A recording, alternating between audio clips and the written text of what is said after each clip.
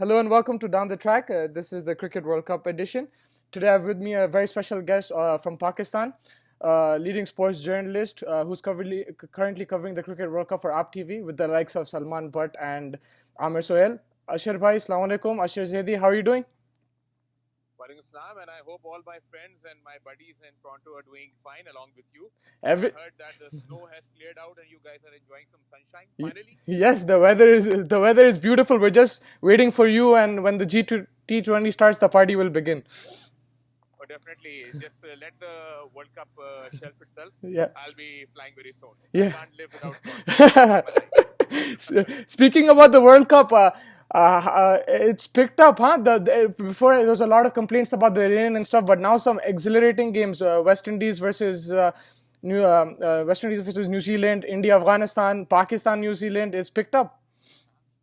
Oh, yes, definitely. I mean, there was a lean patch in the middle, and people were gluing away from the television set. That's something not you expect in World Cup. And I think that broadcasters are very smart. Yeah. They went back and talked to ICC. Ki, "Bhai, this is not up for this thing. I mean, we are dropping ads." And if you remember, the matches were like finishing in like 30, 35 overs. Yes. So that means for people to understand, for example, if you lose 15 overs in an innings, just think about it that after every over there are 2 or 3 ads. So if you're losing 15 overs, you're dropping 30 plus ads. So that was a big dent on the broadcasters' part. So I think though the clever people in Sky TV and all these people and the ICC, they sat down and said, "Nahi bhai, this is not for us. We are going to lose some big money." And suddenly you see things spicing up in the World Cup. Yeah. Every second match is a nail biter. Absolutely. And then you just sit down, you scratch your head and say, "Dude, what the hell is going on?" Suddenly it's dumb and suddenly it becomes exciting. Don't read too much into my words. I'm not saying that there's any match fixing element or nothing like that. Yeah. But yes, these guys know how to put up a show. You remember you go into a concert and the big singers are kept for the end. Yeah. First you get the local ones and then you just put in someone with a bit of a name to spice things up Yeah. so the people don't leave. Yeah. So mix of that, it's becoming very interesting, man. Very interesting. Ashar bhai, please tell me about your team, Pakistan. What is happening, man? First 2-3 games, they got absolutely hammered by the likes of India, West Indies, Australia, and now they're hammering New Zealand, South Africa. We want to know how the reaction is in Pakistan, and can you explain what is happening?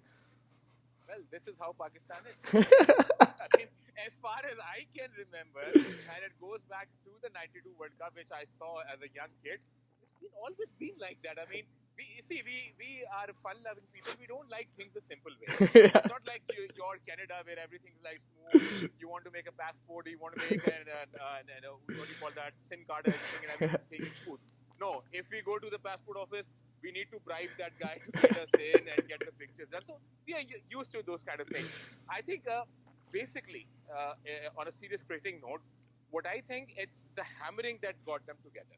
Yeah. Trust me, when they lost against, and even if you go back, if you see the West Indian game, we could have won that game. Absolutely. We slipped out if we had a few more runs. Yeah. Then we had England, Yeah. and I think England was very gracious that day. They dropped about 7 or 8 catches and Yeah. all that, and they gave us the match. Yeah. And I think after the India match, these guys realized that if we don't win, I mean, all our careers are going to go out. And it was a fact. Sarfraz would have lost his captaincy and everything like that. And then sort of they got their momentum back. South Africa helped them. Yeah. I mean, I would really like to help. Congratulate or thank Faf and his team that they dropped catches for our openers and things started moving on. Yeah. So yes, in that way it helped. Now coming back to the broadcasters thing, they know that getting Pakistan out would dampen the World Cup, would ruin the existence of the World Cup, because if you recall, Yeah. see any of the matches, it's either India or Pakistan games that the crowds are full. Full, yeah. The grounds are like the Chemi. So they don't want Pakistan and India to go out. Yeah. So suddenly Pakistan gets the kind of wickets that actually favor them. You think so? Look at the New Zealand match. Yeah, definitely. You just look at the nature of the pitches. Yeah. How do you define that for 2 weeks all matches are dead, and suddenly for the next 2 weeks all the matches are exciting? Yeah. I think. Is there any other way you can? Yeah, no, I think it also. No, I agree about the pitches, but I'm not sure about what the broadcast is. But whether India or Pakistan make it or not, at least the matches are interesting because, the West Indies and New Zealand game was also like an eye-catching game, right? Let's put it this way. Yeah. Let's put it this way. Yeah. Pakistan had lost to South Africa. Yes. What would be the World Cup be right now? Yeah, it won't be as exciting. Yeah. what I'm saying. India and Pakistan combined, Yeah. they make like more than 50% of the cricket viewing population in the world. Yeah. Yeah. Yeah. Also in England. Yeah. See, so they want Pakistan, India to be to have a good shot at the semi-finals. Yeah. They want to keep that hype alive. Yeah. And please don't get me wrong. I'm not saying there's match fixing. Absolutely. I'm just saying they're giving the teams that conducive environment to go for the kill. The opportunity. And obviously, you have to go. Yeah, you have to go in there. You have to apply yourself. You have to play. You have to sweat out to get the wins. Yeah. But they're slightly giving Pakistan and India that cushion. Okay, guys, go out there and win the games and keep the World Cup alive. Again, keeping in mind the first, what I see, what I presume right now, yeah. I am seeing an India-Pakistan semi-final. Pakka, done hai? And God keep my words. Yeah. I'm seeing India going at the top. Yeah. And number one, Pakistan creeping in on the fourth. Yeah. So 1 and 4 are going to play the semi-finals. That's what I personally think. Yeah. This is what a lot of the experts who we are talking to, they have been thinking, and we are like pretty sure that this is going to come up because keep in mind, let me take you back to the 2011 semi-final. Yeah. Am I gone too dark? Sorry, I'm on my night. Kind of, yeah. No, it's okay. Yeah, kind of, but it's okay. There'll be patches. Yeah. There's a street light ahead. Yeah. So you'll get to see my lovely face. Yeah. So let me take you back to the 2011 semi-final. Yes. In Mohali. The advertising rates was like the difference was 1:4. For example, if you were getting $10 per 30-second ad spot, in that game, that rate shot up to like $40, something like that. Yeah. So it's an ideal dream. It's the dream that a broadcaster, I mean, he wakes up the night and says, God, if that could happen. So a Pakistan-India semi-final is going to be icing on the cake. It happened way back in 2017 Champions Trophy. I see that happening. Now, who's going to win? That's a separate story. Yeah. But they will make environment and they will give the teams that much push to take them forward. I see that happening. You see that happening. And Ashar bhai, just a quick word on the Pakistan team. Haris Sohail, where has he been hiding? He's been the difference, don't you think, in the last couple of games? Yeah, the thing with Pakistan is that no one can defeat us. No one can break us down. We have our own budget of follies. Yeah. We can do mind-boggling things. Now, if you talk about Haris Sohail, let me again take you back to the 2015 World Cup. Yeah. Before that all-important game against South Africa, Umar Akmal was doing keeping and Sarfraz was sitting in the benches. Yeah. If you remember that. Yes. He was not being played and the whole nation was like Pakistan was losing. Yes. And the whole nation was behind Waqar Yunus, who was the coach at that time. Yeah, why aren't you playing Sarfraz? Yeah. And you remember his historical words, कि यार Sarfraz खिलाने का catching the head. So what the hell do you mean Sarfraz को खिलाने का माहौल नहीं बन रहा? I don't know how you would translate that in English. I'm not that good with yeah. But you see Sarfraz came in. Yeah. So you see Sarfraz came in and he turned the tides. He played a 49 knock and took some like 4 or 5 catches and Pakistan were immediately back in the cup. Yeah. So this is something which happens with Pakistan all the time. There was we were relying on the old logic of the 1920s. Not 20s, 1990s. That play 40 overs defensive and in the last 10 overs go out for the kill like Inzamam or Wasim Akram used to do. But my friend, things have changed. This is not 1992. This is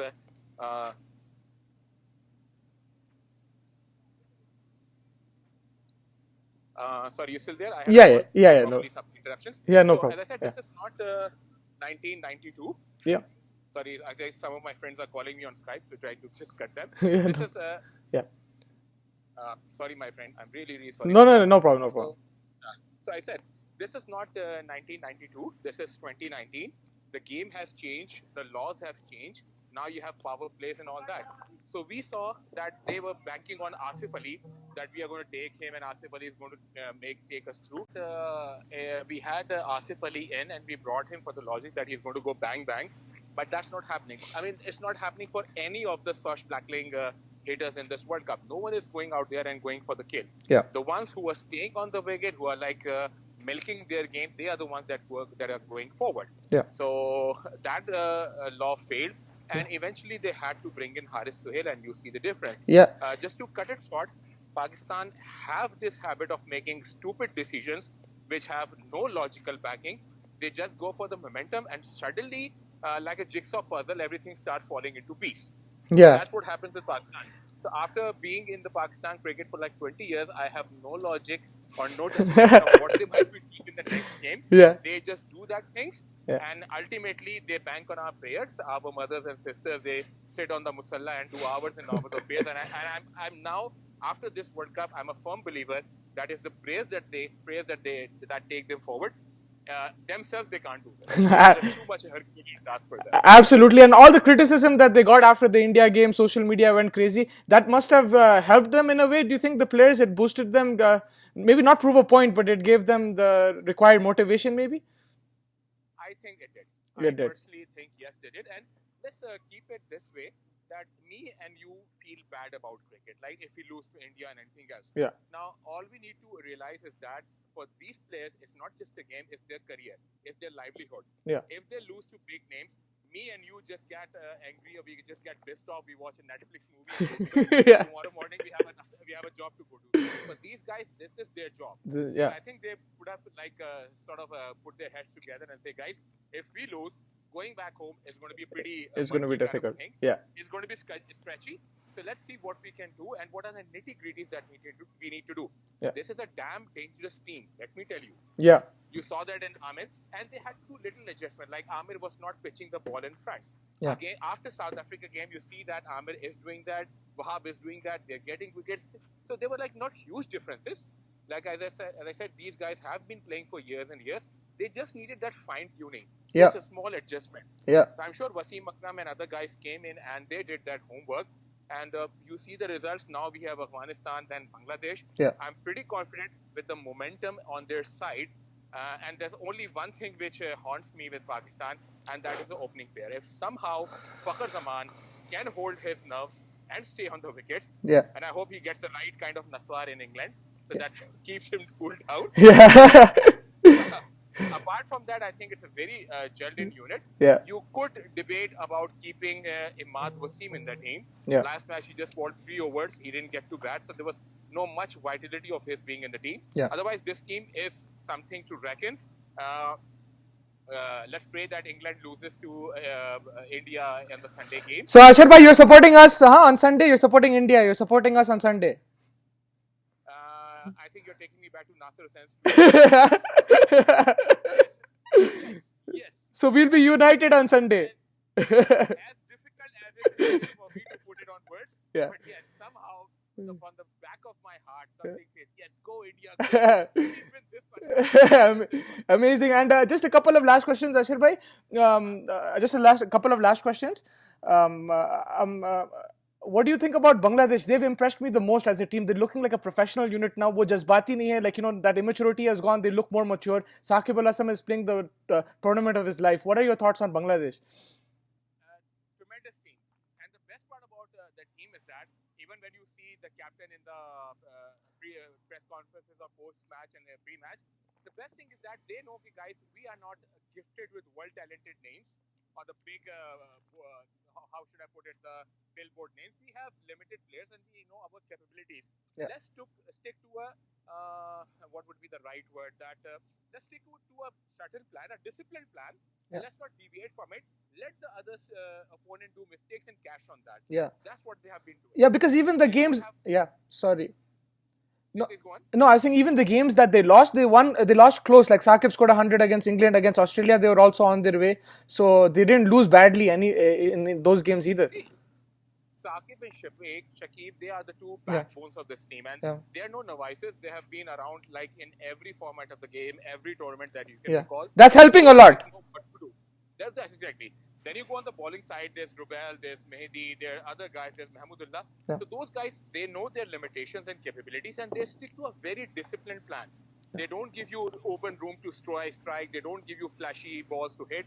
So they know, they frustrate actually the opponent. And when the opponent does mistakes, that's where they cash in. So that's their strong point. Yeah. Is that going to, I mean, till this moment that was fine. Is that going to take them forward? Because now, they are going to lock horns with their subcontinent rivals, India and Pakistan. Yeah. Now I think it's time that this is where Bangladesh have to tell us that fine, what you did in the past was good. Yeah. Are you good enough to beat these two teams who are in tremendous momentum? So from here and onwards, if it was my money, I'm not putting it on Bangladesh. It will be a mental test for them for sure. Yeah, definitely, for sure. and Ashar bhai, last question. Word on Australia. They look the part now. A few scrappy wins, but now that winning mentality. How much is it a mental game for Australia rather than a physical one? How do you see them right now? Yeah, देखो, if you put to Australians the two word of a corner tiger coming out to fight, that actually resembles with the Australian team. 12 months ago, Smith and Warner were out. They were all in shambles. Aaron Finch came in. No one was even thinking about them. I mean, it was at one time it was being said as the most weakest Australian team ever to stand in the World Cup. But then things started changing from the India tour. Then they defeated Pakistan. That's all history now. If you look in this World Cup, they have been trying their options. They have, I mean, this is one team which has constantly been doing changes in their lineup, apart from Pakistan or one other teams. So now I think they have the perfect combination. They dropped Zampa, they brought Lyon in, Marcus Stonis in their team, openers are firing in. I mean, David Warner and Finch are the highest scorers of the tournament as of yet. So I think they are very well in and gelled. I see them in the final. Anything less than reaching the final is going to be a huge disappointment with them. And talking about Finch, I'm highly impressed with Finch. The way he has like gelled the team together, found out the right recipe to go out and fight. He is my man. I agree with you absolutely. Very valid points, and hopefully I get to talk to you before the India-Pakistan semi-final, and we'll do a brief discussion if that happens. But It's going to be fun. thank you so much for joining us. That's all we have for today. Thank you so much, Ashar bhai, and hope Yep. to speak And to you soon. thank you to all my friends in Toronto. Thank you for watching, and hopefully we can get some comments for you. Let's see how you like that talk. For sure. Thank you so much, Ashar bhai. Okay. Thank you. Where am I? There. Okay.